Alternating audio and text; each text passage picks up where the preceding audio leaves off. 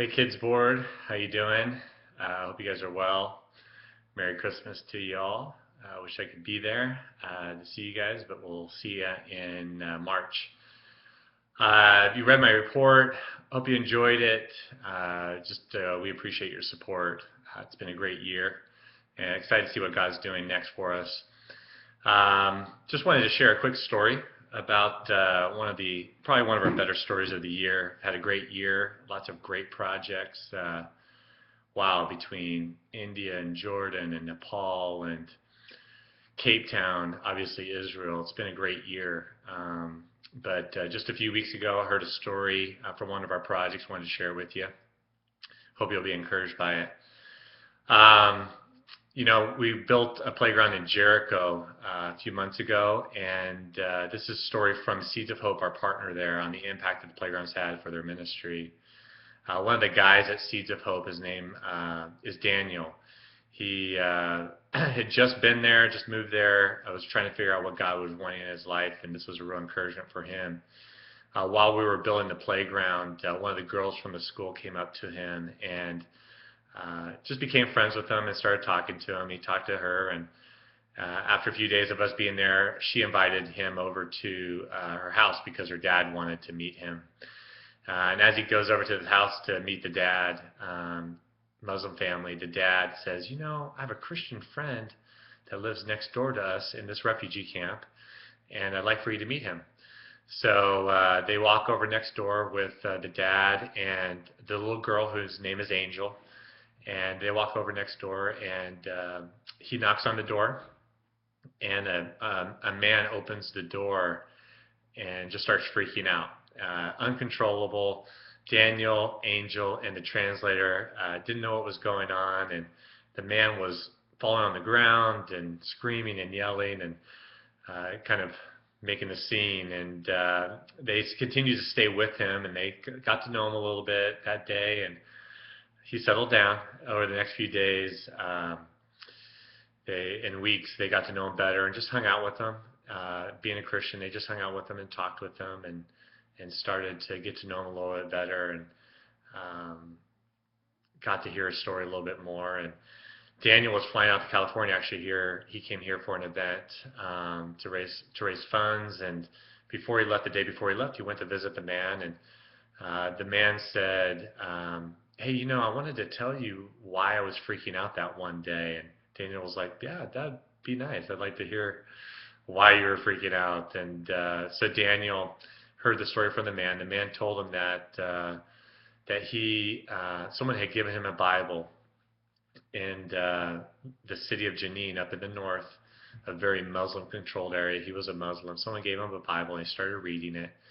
And over the next few years, he would read the Bible all the time and really enjoyed it, but didn't really understand it. Once his family found out that he had a Bible, they got very angry and immediately decided to try to kill him. That happens a lot in the Muslim faith because they figure if they can kill you before you become a Christian, then you can still have a chance to go to the Muslim heaven. So they tried to kill him. He ran to a safe house, someone that he knew that was safe. They transferred him to Jericho and basically gave him a new life. They gave him a new name, a new passport, and gave him a new Bible, and left him in Jericho in the refugee camp by himself. And they never connected with him again. This was a Christian ministry that basically transferred him but never connected with him again. Well, this man, he was a Christian now. Supposedly, just was by himself, no family, no friends, no work, by himself, living in Jericho in a refugee camp, and didn't really have any support. But he continued to read the Bible, and his prayer was that God would send him someone to come tell him about the Bible and teach him what's in the Bible, and also to be his friend, a Christian friend. And he was praying for that for 7 years.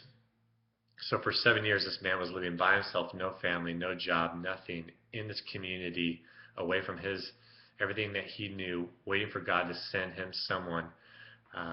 He called him an angel. He said, send me an angel that would come and help me understand the Bible and be my friend. Well, that day when Daniel and his 13-year-old friend Angel knocked on the door, you can imagine what a surprise that was for him, what a blessing that was for him, and how much that impacted him. And that's why he was freaking out and falling on the floor. It was just an amazing story to hear God's provision, God's faithfulness, and just how God used the playground to introduce this new ministry into this community so that Daniel could be used by God in this very powerful way. Just a few weeks ago, as Daniel was here in the States, he found out that this man had indeed become a Christian now after the last 6 weeks of being mentored and discipled, and wanted to get baptized in the Jordan River. So when Daniel gets back next week, he's going to go baptize this man and continue to be a great friend to him and continue to be used the way God wanted him to be used. But what a neat story to see how God is using the playground in Israel and in other places to open doors, to break into communities, to break into strongholds that the Satan has had over the years. I only see the playgrounds being more impactful this next year as we go into Korea. Wow, what a place. Who knows what God's going to use for that. So we've seen a lot of how God's used playgrounds in Nepal.